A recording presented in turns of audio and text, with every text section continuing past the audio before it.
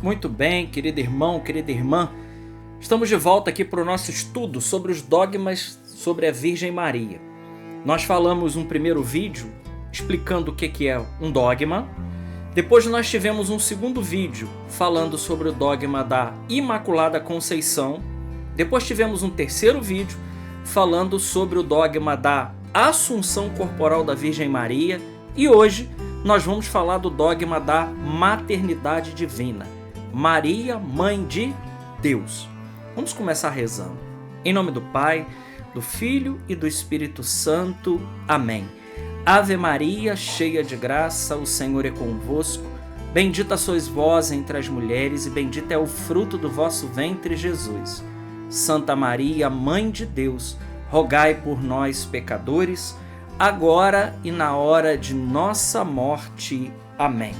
Rogai por nós, ó Santa Mãe de Deus, para que sejamos dignos das promessas de Cristo. Amém. Bom, vamos falar hoje então sobre o dogma da Maternidade Divina. Maria, Mãe de Deus. E nós podemos começar com uma argumentação bíblica, né? Primeiro, os evangelistas, todos eles chamavam Maria de Mãe de Jesus. Nós podemos conferir isso, né? A gente poderia conferir isso no Evangelho de São João, capítulo 2, versículo 1, lá na passagem das bodas de Caná, e também naquele momento lá da cruz, João 19, 25. Junto à cruz de Jesus estava lá de pé a sua mãe, a irmã de sua mãe, Maria de Cleófas, e o discípulo que Jesus amava. Então nós temos aqui já alguma base bíblica para poder dar suporte àquilo que nós iremos falar. Porque muitas vezes nós, inclusive somos acusados de dizer que quando nós rezamos Santa Maria, Mãe de Deus, muitas vezes dizem que Maria é mãe só do Jesus homem. Então aqui que está o problema, né? Então está separando, né? E nós vamos perceber que a cada um de nós estudarmos o dogma da maternidade divina, nós vamos ver que esse é um problema muito mais cristológico, um problema relacionado à pessoa de Jesus, do que propriamente à pessoa de Nossa Senhora. O problema gira em torno de Jesus. Bom, a Igreja confessou no Concílio de Éfeso, em 431, que Maria é verdadeiramente Mãe de Deus, Theotokos. Maria é verdadeiramente Mãe de Deus, visto ser a mãe do Filho eterno de Deus feito homem, que é Ele mesmo Deus. Então, essa é a definição dogmática do Concílio de Éfeso no ano de 431, e qual a Igreja precisou rebater e contestar e reafirmar a fé católica a respeito da maternidade divina. Por quê? Porque tinha um bispo de Constantinopla, um patriarca de Constantinopla, chamado Nestório, e que dizia que em Jesus havia duas pessoas. E isso é heresia. A Igreja precisou rebater isso e precisou explicar isso, porque em Jesus não há duas pessoas. Quando nós olhamos para Jesus, nós não perguntamos o que é, nós perguntamos quem é. Quem é esse aí? Esse aí é a segunda pessoa da Santíssima Trindade, que num determinado momento do tempo ele assume uma natureza humana pela união hipostática. Então, o certo e o correto, a fé reta da Igreja, a fé de sempre, ensina que em Jesus ali há uma única pessoa, a segunda pessoa da Santíssima Trindade, que num determinado momento do tempo assume uma natureza humana. Então é correto dizer e é católico dizer que em Jesus há uma única pessoa em duas naturezas. Uma natureza humana e uma natureza divina. Nestório dizia que em Jesus havia duas pessoas. Uma pessoa divina e uma pessoa humana. Bom, isso é heresia. E é baseado nesta heresia que nós ouvimos, por exemplo, inclusive a gente ouve até de muitos protestantes, com todo respeito a eles, dizer que Maria ela foi mãe só do Jesus, homem, enquanto esteve aqui na Terra. Ora, dizer isso é precisamente não saber quem é Jesus. É precisamente isso. É não saber quem é Jesus. Ora, se Jesus ele é uma única pessoa, então Maria ela é mãe desta pessoa. Essa pessoa ela é 100% homem e ela é 100% Deus. Ela é verdadeiramente Deus e verdadeiramente homem. Ela é aquilo que o concílio de Niceia e Constantinopla vai nos ensinar a respeito da fé cristocêntrica, que ele é Deus de Deus, luz da luz, Deus verdadeiro de Deus verdadeiro, gerado, não criado, consubstancial ao Pai. Ou seja, ele é da mesma substância, essência e natureza. Isso está falando de Jesus, que é Deus e homem. Ora, e interessante dizer, quando Jesus volta para o céu, depois da ressurreição, na sua ascensão e glorificação ao céu, Jesus volta para o seio da Santíssima Trindade com o seu corpo glorioso. Por isso, muito tranquilamente, nós dizemos que Maria é mãe de Deus. Importante dizer também, e isso é muito lógico para cada um de nós, que não foi Maria que gerou o Verbo eterno no seio do Pai. Ele é gerado desde toda a eternidade, mas a partir do momento que ela lhe dá um corpo humano, passou a ser sua mãe de verdade, mãe do Verbo humanado. Que coisa maravilhosa. Esta é a beleza da fé católica. Por isso, nós repetimos na Ave Maria a saudação angélica, na primeira parte, e a segunda parte, muito tranquilamente, nós dizemos Santa Maria, Mãe de Deus. Ora, Deus tem uma mãe, sim. E ele, inclusive, escolheu a sua mãe.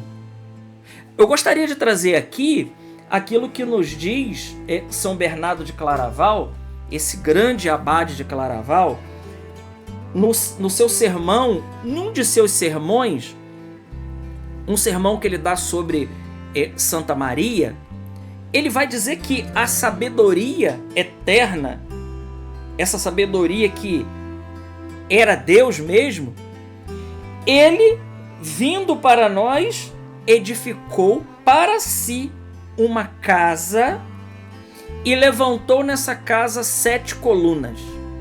Isso aqui é lindo, né? Vamos explicar o que o abade de Claraval, nesse belo sermão, ele está querendo nos dizer. Que Deus, ele edificou uma casa para si. Esta casa que ele edificou é a Virgem Maria. E essa casa que ele edificou, ela tem 7 colunas. Gente, isso aqui é extraordinário para cada um de nós. Essa casa escolhida por Deus é a Virgem Maria, em que tem 7 colunas. E aí São Bernardo de Claraval diz que essas colunas, 3 significa a fé e as 4 seguintes significa os costumes. Ou seja, Deus edificou uma casa para ele, em qual ela vive plenamente e cumpre plenamente a fé, as virtudes teologais de fé, esperança e caridade, e as 4 virtudes cardeais: fortaleza, temperança, prudência e justiça. Nossa Senhora vive isso em plenitude. Deus ornou essa casa, levantou essas 7 colunas e ela cumpre isso fielmente. Que coisa maravilhosa! São Bernardo continua dizendo, ele diz: portanto, a bem-aventurada Virgem Maria foi forte no propósito, temperante no silêncio, prudente na interrogação e justa na confissão. Irmãos, isso aqui é de uma profundidade assustadora para cada um de nós. Deus, então, ele escolhe uma casa, ele edifica uma casa. Essa casa é a Virgem Maria para cada um de nós. Bom, então, entendendo isso, entendendo aquilo que o concílio afirma a respeito da maternidade divina de Nossa Senhora, eu gostaria de trazer aqui então aquilo que diz os padres da igreja. Nós temos, por exemplo, aqui São Cirilo de Alexandria, que viveu no ano de 370 e 442, doutor da igreja, presente no concílio de Éfeso. Ele havia replicado Nestório. Ele diz o seguinte: dir-se-á, a Virgem é mãe da divindade? Faz uma interrogação. Ao que responderemos, o Verbo vivo subsiste, é gerado pela própria substância de Deus Pai, existe desde toda a eternidade, mas ele se encarnou no tempo e por isso pode-se dizer que nasceu de mulher. Está aqui. Essa é a palavra de São Cirilo de Alexandria. E isso aqui é extraordinário. Nós temos aqui também a palavra de São Pedro Damião. Eu estou trazendo aqui a palavra dos padres da igreja, aqueles que são os defensores, os formadores, os guardiões da fé católica. São Pedro Damião, falando da maternidade divina de Maria, assim se expressa São Pedro Damião, que viveu no ano de 1007 a 1072, bispo e doutor da igreja. Veja, eu estou trazendo aqui a palavra de dois doutores da igreja. Ele diz: esta matéria extraordinária nos tira até a capacidade de falar. Que língua poderá explicar? Que inteligência não ficaria parada de espanto se começasse a pensar que o Criador nasce da criatura, o artesão vem de seu artefato, que o seio de uma jovem virgem tenha gerado aquele que pode conter todo o universo? E ainda, ó Virgem admiravelmente fecunda, que num novo e inédito milagre recolhe no seio aquele que é sem medida, gera o eterno e dá à luz o que foi gerado antes dos séculos. Que frase espetacular de São Pedro Damião. Ele diz, olha, essa matéria extraordinária nos tira até a capacidade de falar. Essa é a beleza da maternidade divina, queridos irmãos. E veja, Santo Agostinho diz algo muito importante a respeito disso. Ora, nós, cada um de nós, temos muito claro que Jesus ele é o sumo e eterno sacerdote, em que os sacerdotes ministeriais, os padres, por exemplo, os bispos, que são verdadeiros sacerdotes, eles participam do único sacerdócio de Cristo, cabeça. A participação deles, mesmo que seja de maneira ministerial, que não é o nosso caso de leigos, eles participam do único sacerdócio, que é o sacerdócio de Cristo. Cristo ele é sacerdote. Mas Santo Agostinho vai dizer, enquanto Cristo é gerado pelo Pai, Deus de Deus, ele não é sacerdote. Ele o é em razão da carne que assumiu, em razão da vítima que oferece e recebeu de nós. Então Jesus ele se torna sacerdote a partir do momento que ele se encarna. Por quê? O sacerdote é aquele que oferece sacrifício em remissão em favor do povo. E Jesus, o sacrifício que ele oferece, a hóstia que ele oferece é ele mesmo. Ele é a vítima. O Catecismo da Igreja Católica diz algo muito bonito. Jesus ele é sacerdote, altar e cordeiro. Ele mesmo se oferece, ele mesmo se entrega por cada um de nós. Mas isso se deu pelo mistério maravilhoso do Natal, pelo mistério maravilhoso da encarnação do Verbo. O Verbo, que é Deus de Deus, luz da luz, Deus verdadeiro de Deus verdadeiro, ele se encarna, ele assume a nossa natureza humana e por isso ele se torna sacerdote. Olha que coisa extraordinária. Então veja, irmãos, aqui nós colocamos os condicionamentos bíblicos, nós colocamos a palavra de um concílio rebatendo a heresia de Nestório, que não conhecia quem era Jesus. Então nós vemos claramente que quando a gente ouve dizer que Maria foi mãe só do Jesus homem, fica muito claro para nós, né, que não sabem quem é Jesus. Por não saber quem é Jesus, exatamente se comete aí muitos erros. Por isso, e aqui a gente ainda pode entrar dentro de uma outra realidade, por isso nós católicos, nós adoramos a humanidade santíssima de Cristo. Por quê? Porque a humanidade de Cristo, ela está tão unida à divindade, a humanidade está tão unida à divindade, que, como diz o concílio, ela está tão unida, mas não misturada, e ela não está tão separada ao ponto de estar longe uma da outra. É algo extraordinário. É uma mistura sutil, mas verdadeira, real. Ali está unido as duas naturezas, humana e divina, na pessoa do Verbo, Jesus Cristo, o Deus encarnado, Verbo eterno, o Deus humanado, como nos ensina os documentos da igreja. Esse é Jesus. Esse é o Deus que nós adoramos. Por isso nós adoramos a humanidade santíssima de Cristo. Porque aquela humanidade santíssima de Cristo não é uma outra pessoa. Não é uma espécie de casca de veste, um holograma ou coisa parecida. Não, aquele ali é Deus.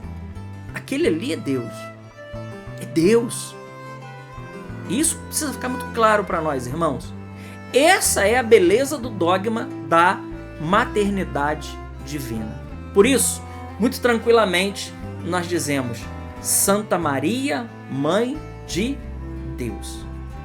Que Deus possa nos abençoar e que a gente possa verdadeiramente amar profundamente a Mãe de Deus.